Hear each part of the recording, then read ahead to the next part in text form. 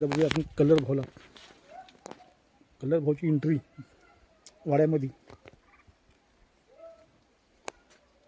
काय मस्त निवांत बसली सर्व.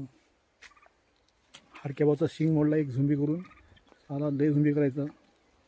कलरपेक्षा भारी झुंबी करायचं.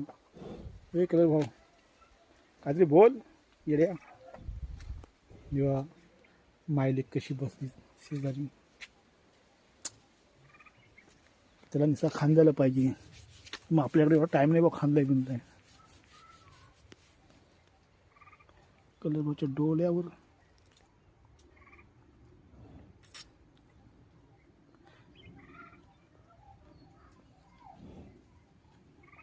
काढली बघा.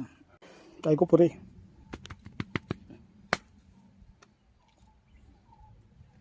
चला.